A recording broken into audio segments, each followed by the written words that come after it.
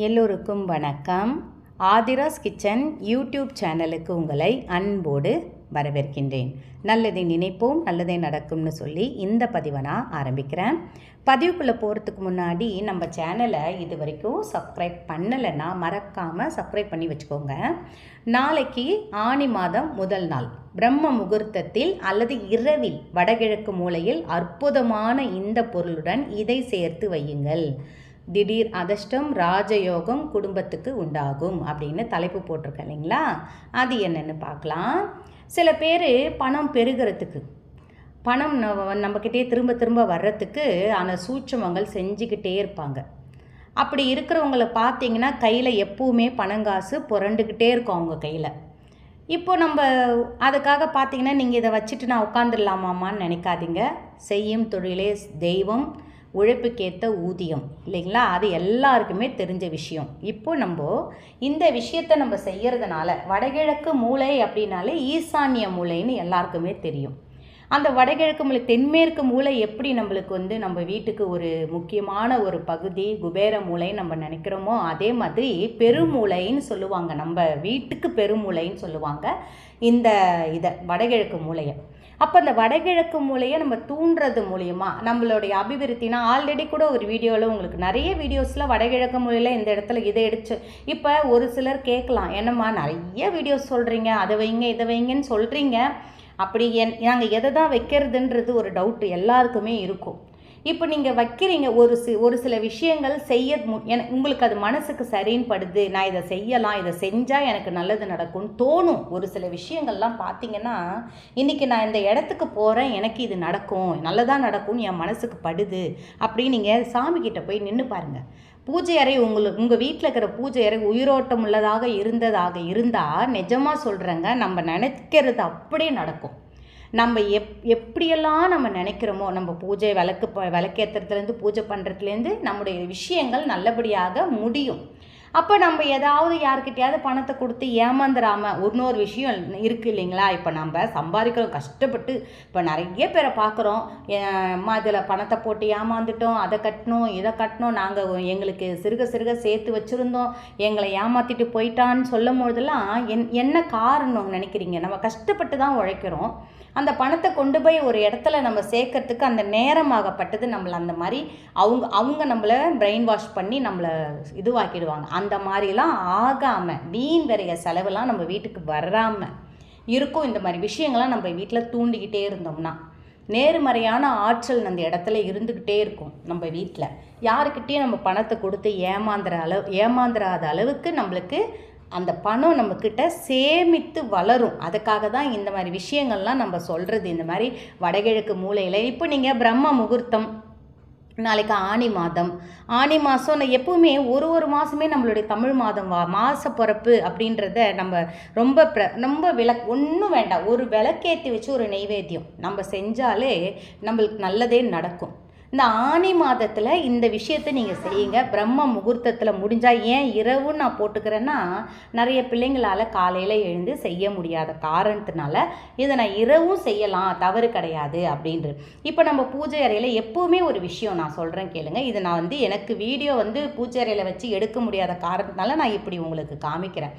நீங்கள் என்ன பண்ணுறீங்க, எப்போவுமே ஒரு விளக்கு என்பது திருவிளக்கு. நம்ம வீட்டில் விளக்கை ஏற்றி வச்சுட்டு, இப்போ நம்ம விளக்கேற்றணுன்னாலே என்ன ஆகணும், குளித்து முழுகணும். தலை குளிக்கலைனாலும் பரவாயில்ல, அட்லீஸ்ட் குளிச்சுட்டு மஞ்சள் தண்ணியை கரைச்சி தலையில் தெளிச்சுக்கோங்க. ரொம்ப ரொம்ப நல்லதுங்க. அதை பண்ணிக்கிட்டோம்னாலே நம்மளுக்கு எந்த ஒரு தோஷம் இருந்தாலும் எந்த தீட்டு தோஷம் எதுவுமே நம்மளுக்கு இருக்காது. அடுத்தது இன்னொரு விஷயம்னா, ஒரு உப்புக்கல் எடுத்து வாயில் போட்டுக்கோங்க. இது எல்லாருக்குமே பொருந்தும். ஏன்னா எது சில நேரம் ஒருத்தருக்கு ஒருத்தர் தோஷம் தாக்குன்னு சொல்லுவாங்க. இந்த பாய்ப்படுக்க இருக்கிறவங்க நம்ம வீட்டுக்கு வந்துட்டு போனாலோ இல்லை தீட்டு திடுக்கு இருக்கிறவங்க சில பேர் சொல்லுவாங்க இல்லைங்களா, அவங்க வீட்டுக்கு போயிட்டு வந்தாலே எனக்கு கண்ணி எரியுதுன்னு சொல்லிட்டு வயசானவங்களாம் பேசும்போது இங்கே கேட்டிருப்பீங்க. ரெண்டாவது, அந்த இறப்பு வீட்டுக்கு போனாங்கன்னா அவங்களாம் சாப்பிட மாட்டாங்க. ஏன்னா இங்கே சாப்பிட்டா எனக்கு கண் எரிச்சல் வந்துடும், எனக்கு உடம்பு சரியில்லாத போயிடும்னு சொல்கிறது நீங்கள் நம்ம கேள்விப்பட்டிருப்போம் இல்லைங்களா? அந்த மாதிரி விஷயங்களில் ஒன்று தான் அந்த தீபம் ஏற்ற எப்பவுமே சாம்பிராணி புகை என்பது நம்ம வீட்டில் ஹோமம் வளர்த்துறதுக்கு சமங்க. இப்போ ஒரு வீட்டுக்கு நம்ம பால் காய்ச்ச போகிறோம், நம்ம வீடு இது பண்ண போகிறோம், நம்ம வீட்டுக்கு பால் காய்ச்சறதுனா ஒரு வீட்டுக்கு வாடகைக்கு போகிறோம். அப்போ நம்மளால் வந்து கணபதி ஹோமம்லாம் பண்ண முடியாது. அந்த நேரத்தில் நம்ம என்ன பண்ணலான்னா, நிறைய புகை போட்டிங்கன்னா அருமையாக நம்ம வீட்டுக்கு அந்த வீட்டில் இருக்கிற எந்த கெட்ட சக்தியும் அடித்து விரட்டிடும் அது. இப்போ நான் ஒரு அகல் விளக்கு எடுத்துருக்கிறேன். நீங்களும் அதே மாதிரி சின்னதாக ஒரு அகல் விளக்கே எடுத்துக்கோங்க. இல்லைன்னா சின்ன குட்டி குட்டி கண்ணாடி கிண்ணம் இருந்தால் எடுத்துக்கோங்க, தவறு கிடையாது. ஆனால் அந்த அகல் விளக்கில் செய்யும் பொழுது மண்பாண்டம் என்பது எப்போவுமே ஐம்பூதங்களும் கலந்தது.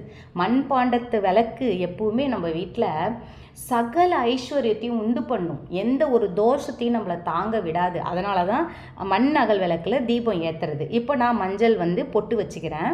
ஏன்னா எந்த ஒரு விஷயமுமே மங்களகரமாக நம்ம ஆரம்பிப்போம். இதை செய்யும் பொழுது ரொம்ப மனசு முற்றும் அதிலேயே இருக்கிற மாதிரி. காலையில் பிரம்ம முகூர்த்தத்தில் எழுந்து இதை செய்யுங்க. முடியாதவங்க மாலை நேரத்தில், இரவு நேரத்தில் 7 மணிக்கு இதை நீங்கள் செய்யலாம். நல்லதே நடக்கும். நிச்சயம் வெற்றி கிடைக்கும். திடீர் அதிர்ஷ்டம். இப்போ ஒரு சிலர் பார்த்திங்கன்னா ஒருத்தவங்களே அனுபவிச்சுக்கிட்டு இருப்பாங்க. ஒரு சொத்தை நம்மளுக்கெல்லாம் பிரித்து கொடுக்கணும்னு நினைக்கவே மனசே வராது. அண்ணன் தம்பிகளுக்குள்ளே சொல்கிறேன். அந்த சொத்தை பிரித்து கொடுக்க மனசு வராது. அப்போ இந்த மாதிரி விஷயங்கள்லாம் நம்ம செய்யும் பொழுது என்ன ஆகும்னு பார்த்திங்கன்னா, நமக்கு அது தானாக ஆட்டோமேட்டிக்காக நம்மளுக்கு பிரிஞ்சு வரும். அதுதான் அந்த திடீர் அதிர்ஷ்டம், ராஜயோகம்லாம். திடீர்னு சொல்லுவாங்கள்ல, அவங்களுக்கு ஏதோ புதையல் கிடச்சிருச்சு, அவங்க திடீர்னு பார்த்தோன்னா திடீர் பணக்காராயிட்டாங்க. அப்படி இந்த மாதிரி விஷயங்கள்லாம் அவங்க பண்ணிக்கிட்டே இருப்பாங்க.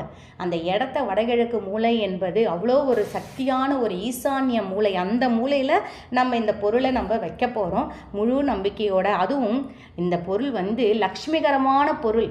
என்னன்னு பார்த்திங்கன்னா வெண்கடுகு. இப்போது சித்தர்கள் பயன்படுத்தி அதிர்ஷ்டமான மூலிகைகளை ஒன்று வெண்கடுகு. அந்த வெண்கடுகை இந்த மாதிரி இந்த அகலில் நம்ம போட்டு வச்சுருவோம். இதை வைக்கும் பொழுதே மனசு முழுவதும் உங்களுக்கு எந்த மகாலட்சுமியே போற்றி, பெருமாள் எந்த தெய்வம் உங்கள் குலதெய்வத்துக்கு நீங்கள் நம்பிக்கை இருந்தால் குலதெய்வம் போற்றி, உங்களுக்கு எந்த தெய்வத்து மேலே நம்பிக்கை இருக்கோ அந்த தெய்வத்தை போற்றி சொல்லிக்கிட்டே வைங்க. இல்லை உங்களுக்கு தெரிஞ்ச ஏதோ ஒரு மந்திரத்தை சொல்லிக்கிட்டே இந்த அகல் விளக்கு அந்த சின்னதாக சட்டி மாதிரி இருந்தால் கூட ஓகே தான். இந்த அகல் விளக்கில் நான் அந்த மாதிரி வெண்கடுகை நான் போட்டிருக்கேன். அதுக்கு மேலே இன்னும் 2 பொருள் நம்ம சேர்த்து வைக்கணும். ₹1 நாணயம். இது நீங்கள் இப்போ கேட்கலாமா, நாளைக்கு தான் வைக்கணுமா, இது வந்து மற்ற நாட்கள்லையும் நம்ம வைக்கலாமா? மற்ற நாட்கள்லையும் வைங்க. ஏன்னா நாளைக்கு வளர்பிறை சனிக்கிழமையாகவும் இருக்குது, பெருமாளுக்கு உகந்த நாள். அதனால் நாளைக்கு வைங்கன்னு நான் சொல்கிறேன். ₹1 நாணயத்து மேலே கொஞ்சம் மஞ்சள் குங்குமம் வச்சுருவோம்.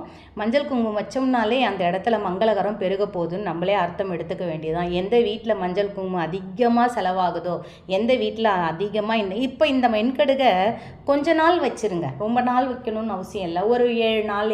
இப்போ ஒரு சிலர் நான் சொன்னேன் இல்லைங்களா, எது உங்களுக்கு எந்த வீடியோ உங்களுக்கு செட் ஆகுதோ இப்போ நீங்கள் செஞ்சு பாருங்கள். இது வச்ச உடனே நம்மளுக்கு ஒரு ரிஃப்ளெக்ட் தெரிய ஆரம்பிக்கும். ஒரு வாரம் 10 நாளே நம்மளுக்கு தெரிய ஆரம்பிக்கும். தெரிஞ்ச உடனே அதுக்கு மேலே நம்ம என்ன வைக்க போகிறோம்னா பச்சை கற்பூரம். இந்த பச்சை கற்பூரம் எங்கெல்லாம் இருக்குதோ அங்கெல்லாம் நிம்மதி பெருகும், எங்கெல்லாம் இருக்குதோ அங்கெல்லாம் சந்தோஷம் கிடைக்கும். வெண்கடுகும் பச்சை கற்பூரம் அந்த ₹1 நாணயமும் சேரும் பொழுது அந்த இடத்துல நல்ல ஒரு பாசிட்டிவ் வைப்ஸ் நல்லா இருக்கும் உங்களுக்கு. எப்போ எந்த நேரம் எது நடக்கும்னு சொல்ல முடியாது. அதிர்ஷ்டமான நேரம் அடிக்கும். இதை நீங்கள் வச்சுட்டு அதுக்கப்புறம் இது நம்ம எப்போ எடுக்கணும் பார்த்தீங்கன்னா, அடுத்த ஒரு 10 நாள் கழிச்சோ 11 நாள் கழிச்சோ ஒரு பேப்பரில் மடித்து இந்த காசை மட்டும், ஏன்னா இந்த கற்பூரம் என்பது கரைந்து விடும், காசை மட்டும் எடுத்து வச்சுக்கிட்டு மிச்சத்தை வெண்கடுகை ஒரு பேப்பரில் மடித்து கால்படாத இடத்துல போட்டுடலாம். நல்லதே நடக்கும். வெற்றி நிச்சயம். நான் இன்னொரு வீடியோவோட உங்களை நான் மீட் பண்ணுறேன்.